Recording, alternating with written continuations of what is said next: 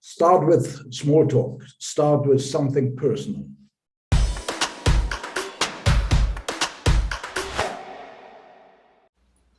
Hello, I'm Agnes Kunkel, your host at Nego.coach. We make negotiation success easy. Our guest today is Christian Stoschek. Christian Stoschek has been active in the aviation industry for 35 years, specializing in airport management, leadership and change management. This also includes airport security and crisis management. He is responsible for major transformation projects involving the takeover of international airports by new operating groups. More than a dozen people at the virtual negotiating table are his everyday work situation. Welcome, Christian. Hi. Christian, you are an expert in virtual negotiations.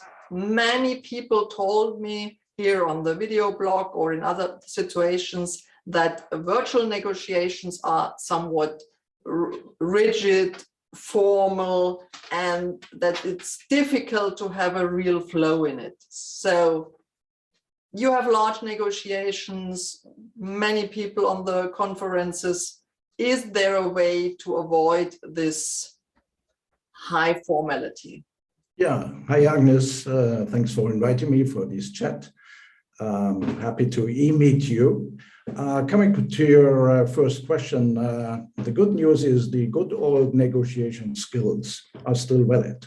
So the key success factor is, of course, to get familiar with the technology, to transform all the emotions, all the stuff in the new technology.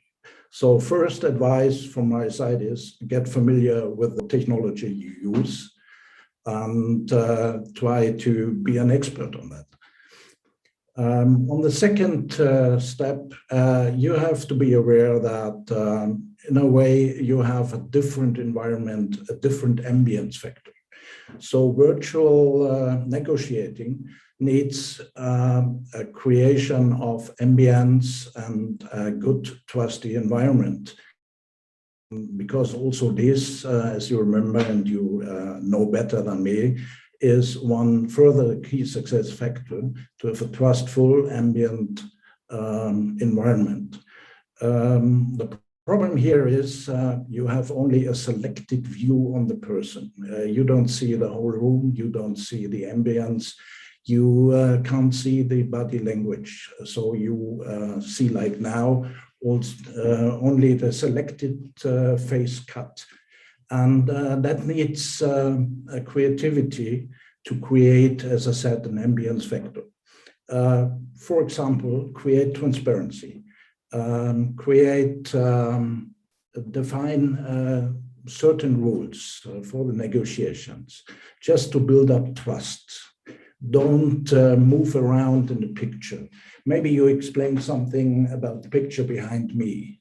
Start the conversation, especially on small talk. Start with something very personal. That's what we call an icebreaker.